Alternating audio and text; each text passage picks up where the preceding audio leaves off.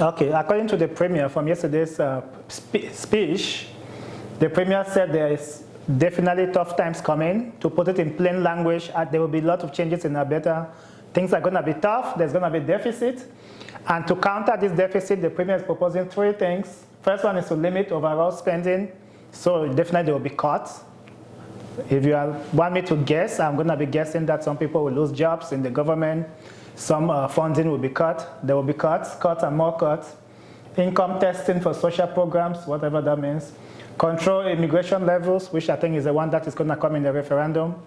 And immigration is going to be a big part.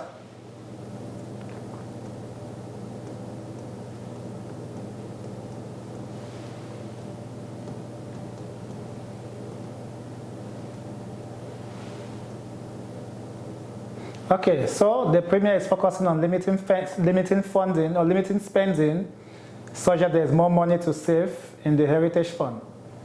So looking at that, that tells me that we have some important things to look at.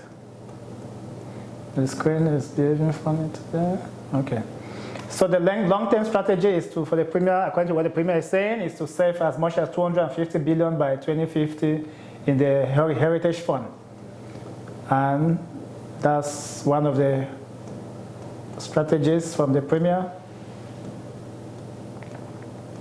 So before spending too much time today, let me go to the guest today to talk about what we are looking at for this conversation. So today we have 2 gentlemen, Donovan Simon, as you know him in Calgary, respected community leader for a long time, former president of Jamaican Association in Calgary. And we also have Donatuba Tuan. And Tuan is also with us. He is very active in the community, volunteer, board member, involved in lots of different stuff. So, gentlemen, this is what we have. Before, the Premier was forecasting Alberta by 2050 to have 10 million people. The Premier was forecasting that Alberta will be the 3rd largest province in Canada. Yesterday, I'm sure by then oil prices were booming. We were at $90 per barrel. Everything was good. Yesterday, now that we are at $40 or $60 per barrel, the Premier is forecasting that we should cut down immigration, and is placing that decision on us, Albertans, to make that decision based on how much of immigration we should let in, who we should let in, what class, or what economic class, or students, or refugee claimants we should be letting into Alberta, and some other stuff with respect to some changes in the national system of government in Canada, from who should be doing what with respect to all the different stuff that have already been happening. So let me hear your perspective. Donovan Simon, you want to start? Sure. So first of all, thanks for the invitation to join the conversation. It's interesting.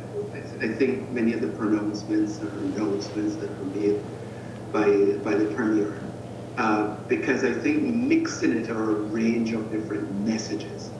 So from the outset, let me say, I think there's some of the issues that require hard conversations. If you've got revenue issues, if you've got economic issues, I think as a government it's important to have these conversations. What I think, however, as I listen to the different things that are said, is I'm not sure if the expectation of the Premier is very clear, and also some of the definitions are very clear. So for example, immigration. Who are immigrants?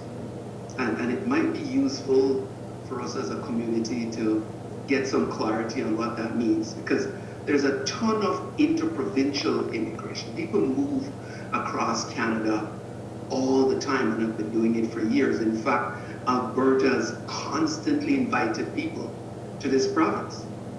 So if that immigration definition is only for people who are coming from overseas, then I think we're in a different conversation. I think the other piece that needs to be clarified is some of the implications between some of the separatist ideas of Alberta going alone and how that then influences the immigration decisions versus what the federal government does. Because when somebody comes to Canada as an immigrant and they start in Ontario and they move to Quebec and they end up in Alberta, is the decisions being asked to stop that process, or are we, veiling this attempt at becoming our own independent entity or country linked to this whole discussion about immigration? Because at the end of the day, quite frankly, I'm an immigrant, you're an immigrant, so is somebody from Nova Scotia. And if the policies being considered are only targeted at those who flew into the country, I think there's something seriously wrong and twisted about that. And then the other piece is the economic impact across Alberta is going to be shared.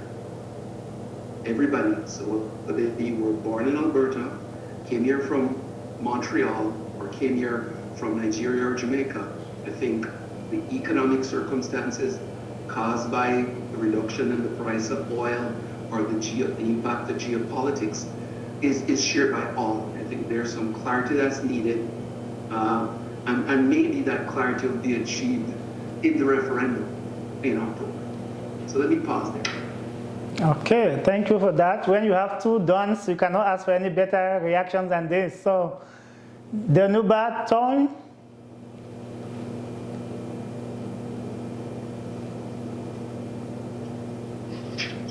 Yes, sir. Let's hear your perspective. Thank you. I can hear you. Maybe you want to move away from the microphone or something. Sir, Mike, is it any better? Yes, that's better. Okay, apologies. I'm actually on the road driving, so I pulled over to start up this conversation.